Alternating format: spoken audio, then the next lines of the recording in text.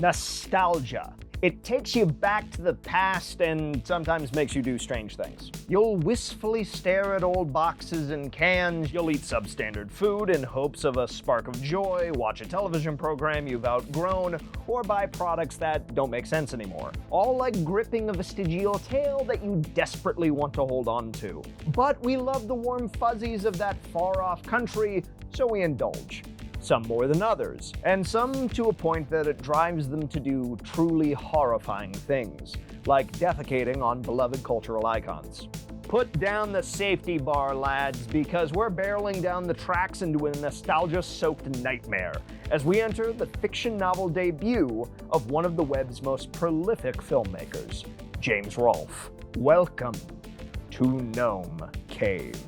Rolfe, born in 1980, is a bit of change of pace for the show, seeing how he hasn't been dead for half a century. A graduate of Philadelphia's School of Arts, Rolfe primarily pursued visual storytelling, writing, shooting, and editing hundreds of independently produced projects, culminating with the release of his first feature film, based on one of his longest-running characters. With this release, he's stepping into a new arena with a horror novella. This copy was had digitally. While I prefer the printed medium above all, sometimes impatience gets the better of us. And this is also a new book. So I asked the crew to put down the torches and pitchforks for the evening, knowing that I'm not robbing my local used bookstore of a sale. So, what are we doing here? What the hell is Gnome Cave? Well, it's the name of a major attraction in a minor theme park. Taking place primarily in the south of New Jersey, the childhood home of the author, we're introduced to an old-school playground urban legend. The ride of the title, a minecart ride done in a fantasy style, has some nasty rumors surrounding it. Was the dragon scary? The dragon? The kid took a moment to think, then felt a shiver. We didn't see it. We went the other way. Oh, the bypass lane. The ride is designed with a choice at the end controlled by a lever. One leads out of the ride for the cowards, and one leads to a room with a horrifying dragon. It wasn't always like that. Before, kids were coming out scared to death. To death? Not literally. Come to think of it, I think I remember hearing that some kid died once. Well, they had no choice but to make a separate path, all because the dragon was too scary. After the fun and fancy of fairyland, do you face down the dragon or head for the hills? A loud bass sound made the whole place rumble.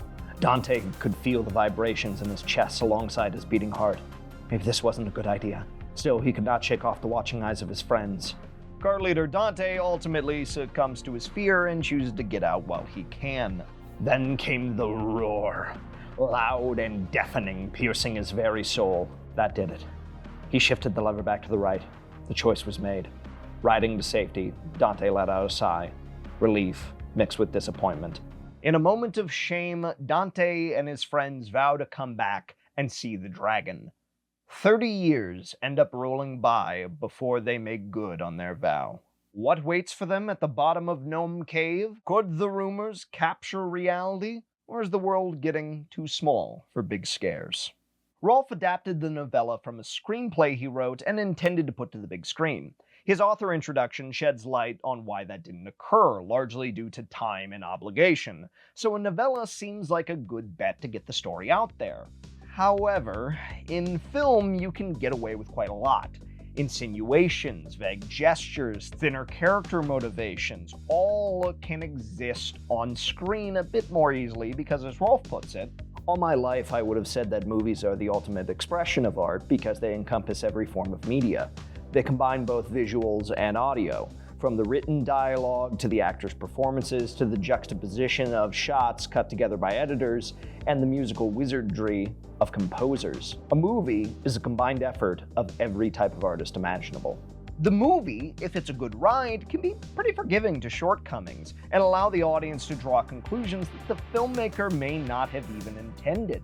Acting choices, music, lighting, and atmosphere can save a film. On the page, however, we encounter something a bit more different. There's nowhere to hide when your prose or characterizations come up short. All you have are your words. Our characters, unfortunately, suffer under such scrutiny. Our cast of friends, now grown and estranged, all slot into archetypes. Dante is a long-haul trucker and a caretaker to his ailing mother. Living largely in a haze, ground down by an indifferent world, his outlook takes a turn when his mother finally passes. In his grief and frustration, he latches on to an idea all too common. Dante thought about all the missed opportunities and regrets and cried out, "Why did I not do the things I wanted when I had the chance?" It drives him to gather up his friends for a new adventure, maybe to recapture what he lost. Then he found it, an old beaten-up souvenir photo from an amusement park. The vow was official, but then, where did the time go? That second chance never came. It just faded into the forgotten years, washed away, until now. Dante stared into the photo at the young faces of his friends, wondering if any of them remembered. Bruce, the former class clown and bruiser, is now a bored office worker, his routine broken by Dante's invitation back into his life. The narration says that Bruce's sense of humor has suffered, but it seems to light back up around his former friends. Are you able to go over there? Is that possible? No, it has lasers and shit you can't cross. I'm pretty sure that's trespassing. Oh, don't worry, it'll be real quick. Just getting a closer look, that's all. Just a little visit. Kate, now jobless after a string of past felony charges, is the most reluctant and even-headed of the reunited friends. When Dante convinces them all to trespass on the now abandoned grounds of the amusement park, she's the first to insist it's a bad idea. As the story goes on, she becomes the number 2 protagonist alongside Dante. And then there's Adam, who, Adam likes fantasy stuff. I think that may be the beginning and end of it. Yeah. So, we have our varying flavors of crushed adults.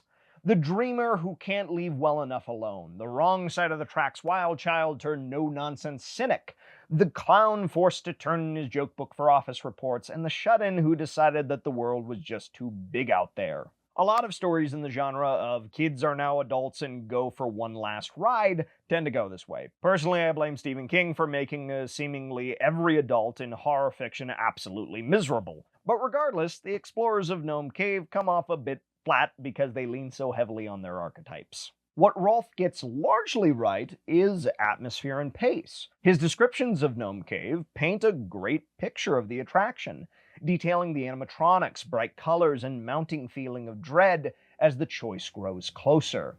The ride 30 years later, long past its prime, is also rendered in such a way that you can feel and see it. It was fate alone that decided which thing stood and which had fallen. It was as if time was a judge handing out sentences. For the bumper cars, 10 years of rust, another 20 of moss and stain. For the roller coaster, 15 years of corrosion to the joints and connections, followed by 10 years of structural collapse, another 5 years of vegetation. The Ferris wheel might consider itself lucky, being allowed to stand for another 50 years or more, as its steel framework continued to fight off the ravages of time. The figures were in different states of disrepair. Some of the faces made of plaster were cracking, even crumbling under all the years of isolation. Some had ears or noses made of latex that had long since shriveled and deteriorated. One of them had its head missing with wires hanging out. A rat jumped out of an empty eyeball socket. At one time, this place was a gathering for children. But as nature moved in, it had become a sanctuary for small animals. Dante believed with all of his might that this place could be his again. But right now, it seemed almost too good to be true. It's not exactly complex prose, but it's evocative. Rolfe is able to paint the picture of objects remarkably well. It fills out the world nicely where it counts, helping us dive in with our characters. The book also never lags, being less than 100 pages and possessing a tight style that doesn't meander. Said tightness does come at a cost of the description of characters and character background. More than likely a holdover from the screenplay, our characters are never physically described beyond a few small shaping statements, like Dante's beard and balding, or Bruce being more heavy-set. In a script, the specifics are often left open for casting, but on the page you need a little bit more. The same goes for Kate's criminal background. We know that she was busted for burglary, but from whom and what, we're not sure. The description makes it sound like a high-barred job, with plans, security systems, and sneaking and ductwork. But the heist is never fully described, so we're left to wonder.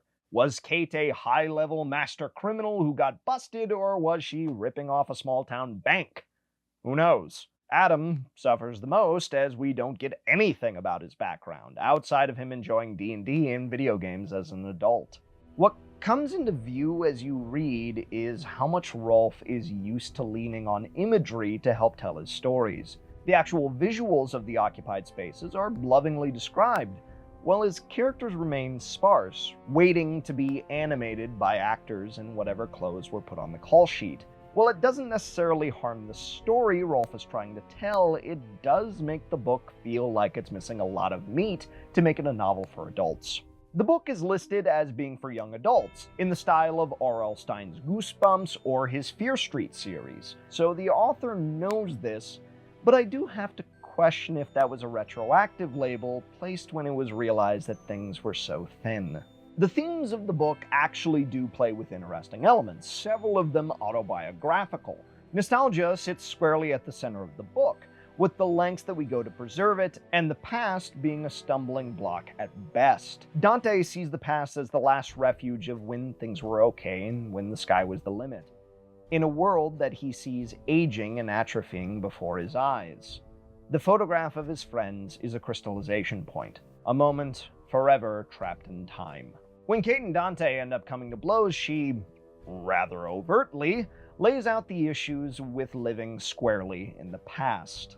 Kate stops struggling for a moment, overwhelmed with physical strain and burning questions. For a moment, she flashed back to young Dante, full of youthful awe and wonder, sitting next to her in what might have been the exact same cart. She snapped out of it to see the photograph that Dante was holding in front of her. "You see that, Kate?" Blotted with bloody fingerprints and creases, she could see the four of them, with fear and horror in their eyes, or laughter and joy as Dante saw it. "Remember that? That was the past, Dante. It's over. It doesn't have to be. You killed them.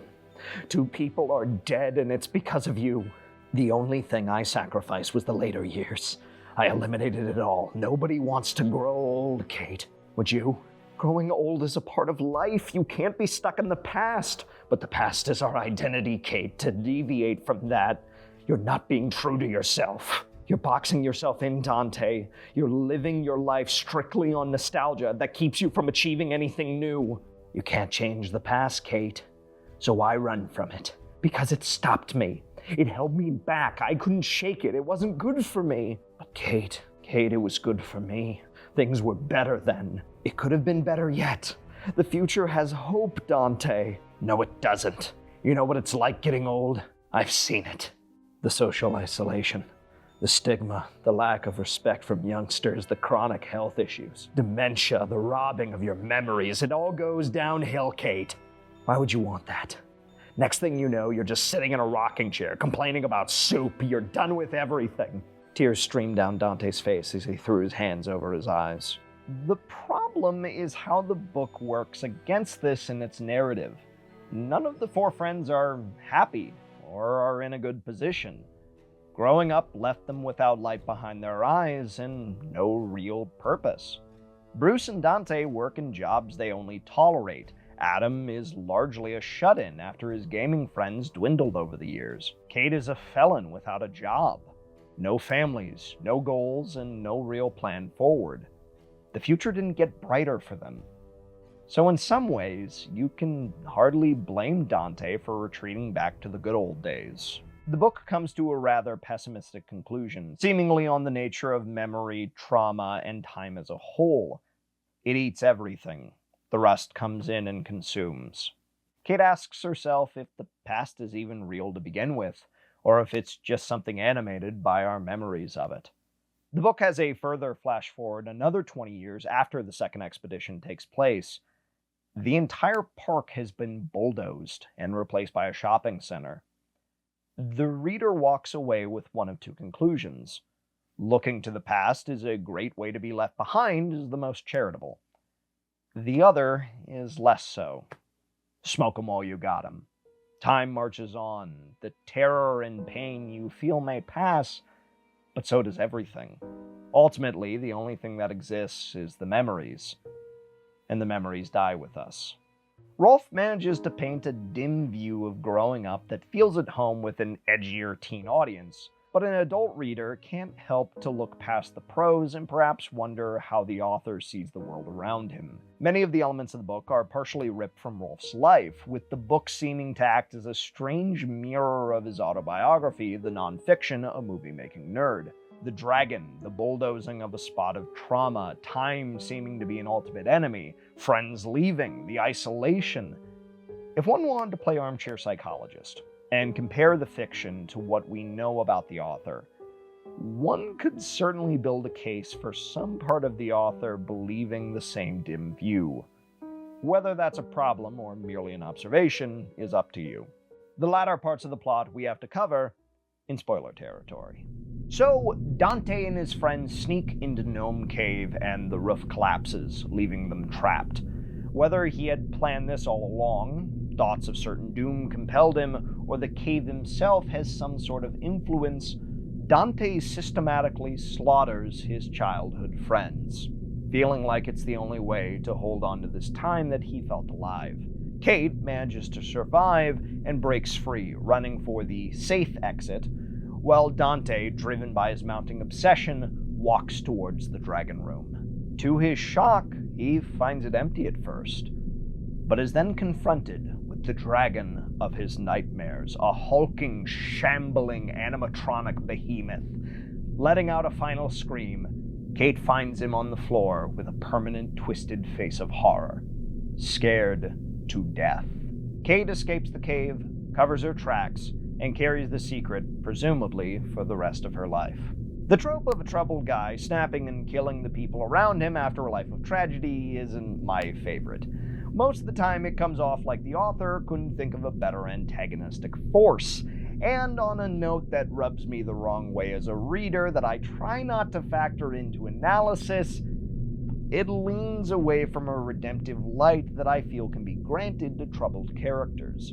A man beaten down and causing him to lash out is not nearly as interesting to me as a man who comes to the brink of darkness, back into the light of day with the smell of brimstone to mark how close he came to damnation. But what's odd is the implication of the cave itself in Dante's actions, not just his troubled headspace.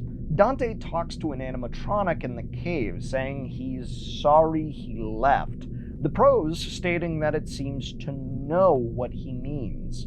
The photograph that was taken on that first fateful day seems to shift little by little over the course of the story.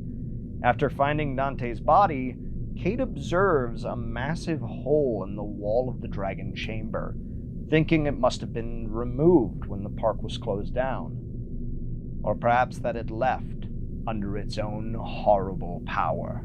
So there's a bit of an open door there, but nothing is seemingly done with it. Again, it's something that could be done on screen, but in a novel it feels a bit too vague. Suggestion can only go so far, and it left me wondering how much I was giving to the material and how much Rolfe was intending. The past draws us like no other. We would love to live forever when things were seemingly all right. But it's the call of every man to hope, as Peter did on the Mount of Transfiguration, to believe the call of his master, that greater things are yet to come. Keep your heads up, lads. So, do I recommend you read this? I don't know. It's a bit uneven, but there's some fun to be had. It certainly won't take up a lot of your time, as I knocked it out in less than 2 hours. For the curious and the followers of Rolfe's work, give it a go. You aren't out that much. For those on the fence, I'd say it's worth finding better reading material. For psychological horror steeped in longings for the past, might I recommend the works of horror legend Edgar Allan Poe, Go Birds. Most of his works will probably fill you more and be knocked out in less time. Finally, a note to the author if he's listening. A freshman outing need not define a career. Here's to the next one and hitting it out of the park. Next time, a retrospective over 100 years in the making. We celebrate a century of the Phantom of the Opera. In the meantime, show 'em some guts.